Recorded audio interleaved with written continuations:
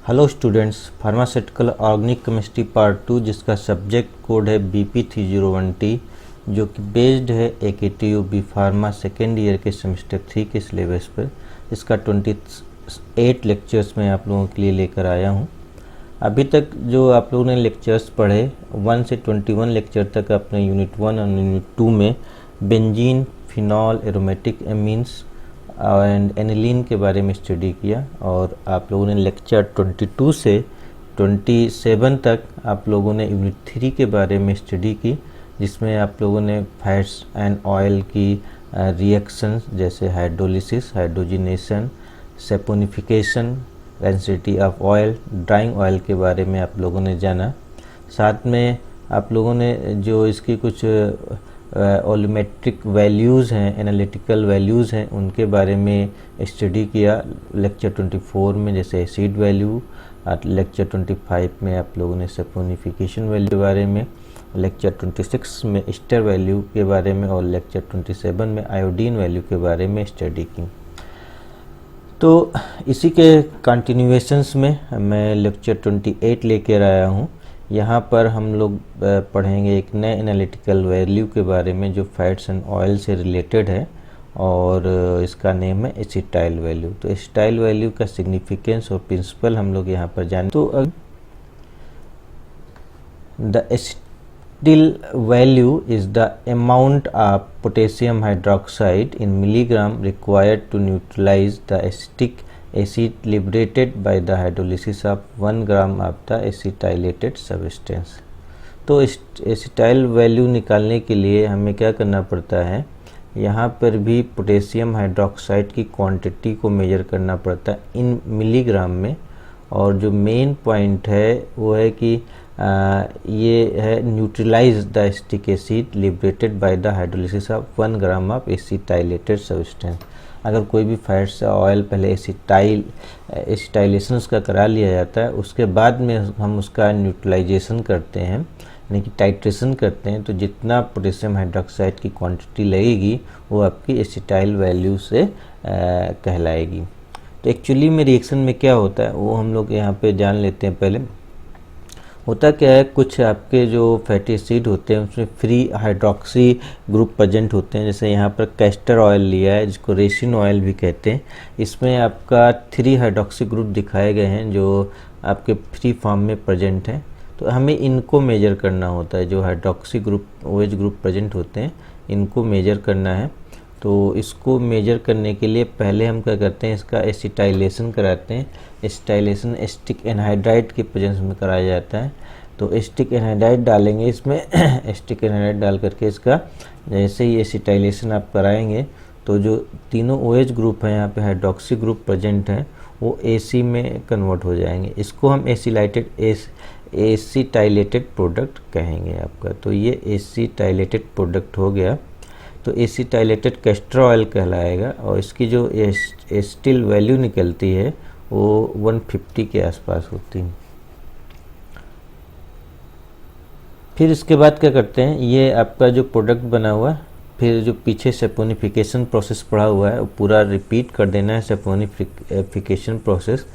तो सेपोनिफिकेशन करते हैं और सेपोनिफिकेशन करने के बाद जो है फार्मूला लगा करके एसिटाइल वैल्यू फाइंड कर लेते हैं। तो इसके हम लोग प्रोसीजर की अगर बात करें तो इसके लिए आपको 10 ग्राम सैंपल लेना है। 10 ग्राम जो फैट या ऑयल होगा वो आप लोग 10 ग्राम लोगे। यहाँ पे ये 10 ग्राम सैंपल या ऑयल लोगे। फिर इसमें 20 ml एसिटिक एनहाइड्राइड डालना होता है, और राउंड बॉटम फ्लास्क के साथ में कंडेंसर को अटैच करके इसको हीट करना पड़ता है। तो फिर 2 घंटे के लिए इसको हीट करना है या बॉयल करना है। तो cool and pour it in 600 ml water and boil again for 30 minute. इसको कूल करेंगे राउंड बॉटम फ्लास्क को, और फिर 600 ml इसमें वाटर में इसको पोर कर देंगे। पूरा कंपाउंड निकल के 6 ml वाटर में डाल देंगे, और फिर इसको 30 मिनट के लिए हम क्या करेंगे, बॉयल करेंगे। इससे क्या होगा, जो आपका एसिटिक एनहाइड्राइड बचा हुआ एसिटिक एनहाइड्राइड है वो आपका डिकम्पोज हो जाएगा। पहले स्टेप में जो आप हीटिंग कर रहे हो उसमें एसिटाइलेशन रिएक्शन होती है, और फिर वाटर में पोर करने के बाद जब 30 मिनट के लिए इसको हीट करते हो तो जो एसिटिक एनहाइड्राइड होता है वो डिकम्पोज हो जाता है। फिर क्या करना है, इसको कूल करना है, cool again and separate acetylated products using separating funnel. Separating funnel को यूज करके इसको क्या करना है, सेपरेट कर लेना है। एसिटाइलेटेड प्रोडक्ट जो आया हुआ है उसको हमें सेपरेट कर लेना है। Dry the acetylated product using sodium sulphate. अगर कुछ मॉइस्चर रह जाता है उसमें तो सोडियम सल्फेट ड्राइंग एजेंट की तरह यूज करेंगे, तो थोड़ा सा drying agent approx 1 gram add करके इसको फिल्टर कर लेंगे, तो आपका जो लिक्विड ऑब्टेन्ड होगा वो आपका मॉइस्चर फ्री हो जाएगा। Now determine the saponification value as per previous method.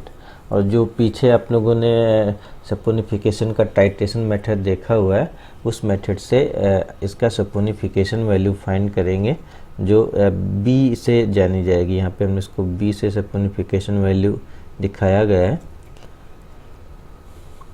फिर क्या करना है, इसका कैलकुलेशन करना है। एसिटाइल वैल्यू का जो फार्मूला है वो आपका है 1335 बी माइनस ए अपान 1335 माइनस ए। तो यहाँ पर ए आपका सपोनिफिकेशन वैल्यू है ऑफ द सैंपल का, यानी कि जब एसिटाइलेशन नहीं किया गया है उसके पहले जो है आपका इसका सपोनिफिकेशन वैल्यू निकालोगे। फिर जो बी है पीछे हमने बताया यहाँ पे saponification value of the acetylated sample का निकालोगे, और दोनों वैल्यू इस फार्मूले में पुट कर दोगे तो आपका एसिटाइल वैल्यू निकल आएगा। तो ओके, तो इसका सिग्निफिकेंस क्या है, अगर हम लोग सिग्निफिकेंस की बात करें तो some fatty acid contains hydroxyl acid. For the determination of this hydroxyl group sample is acetylated before saponification value determination. तो कुछ जो फैटी एसिड होते हैं उसमें हाइड्रोक्सिल ग्रुप फ्री फॉर्म में अटैच होता है, और उसको फाइंड करने के लिए हम लोग एसिटाइल वैल्यू निकालते हैं। तो सबसे पहले प्रोडक्ट का एसिटाइलेशन करते हैं और पहले का और बाद का दोनों का सपोनिफिकेशन वैल्यू निकाल करके ए और बी फॉर्म में कैलकुलेशन फार्मूले में पुट कर देते हैं। Acetyl value measure the free hydroxyl group. तो मेन जो इसका सिग्निफिकेंस है वो इतना है कि ये फ्री हाइड्रोक्सिल ग्रुप के बारे में हमें इंफॉर्मेशन देता है किसी भी फैटी एसिड के बारे में। तो मेन आपका सिग्निफिकेंस हाइड्रोक्सिल ग्रुप मेजरमेंट रहेगा in the given samples of fats और ऑयल। तो ये था आपका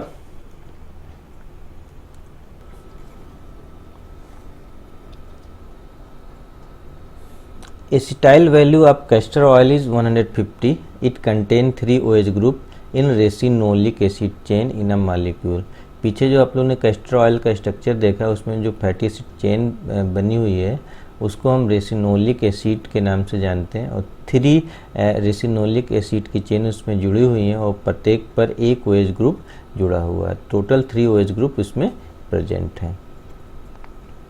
अदर फैट और oil without hydroxyl group have acetyl value range 5 to 15। अगर दूसरे जो है फैट और ऑयल की बात की जाए जिसमें आपका हाइड्रोक्सिल ग्रुप नहीं प्रेजेंट होता है तो उसका जो एसिटाइल वैल्यू 5 to 15 निकल करके आता है। तो ये था चैप्टर्स एसिटाइल वैल्यू के बारे में। नेक्स्ट लेक्चर्स में हम लोग बात करेंगे significance and principle of Reichert Meissl value की। तब तक आपके जो पिछले 28 लेक्चर्स हैं उनको आप लोग रिवाइज करें एग्ज़ाम पर्पज़ से और अच्छी तरह से इनको तैयार करें। और अभी तक अगर आपने चैनल को सब्सक्राइब और लाइक नहीं किया है तो चैनल को सब्सक्राइब और लाइक कर लें। ओके, मिलते हैं नेक्स्ट लेक्चर्स में।